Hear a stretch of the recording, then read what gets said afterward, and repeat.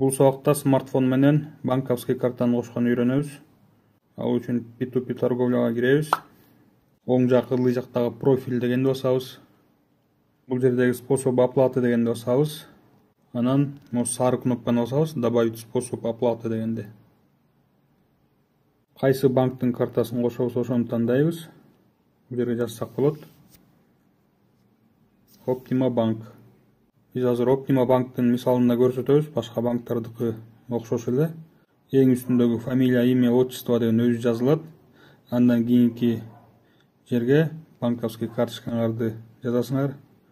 Туура жазасыңар, туура эмес жазсаңар башка бирөөнө кетип калат. Так, андан кийин реквизиты для оплаты. Жазганын кереги жок. Эгер карта өзүңөргө эмес башка бирөөнө тиешелүү болсо, андан бул реквизиты для оплаты дегенге жазып койгула. Карта кимдин атында экенин. Болду, подтвердить басабыз. Код жөнөт деп бастык. SMS менен код келди, аны бул жерге жазабыз. Дагы отправить басабыз. Ошентип биз карта кошконду үйрөндүк. Кийинки сабакка өтөбүз.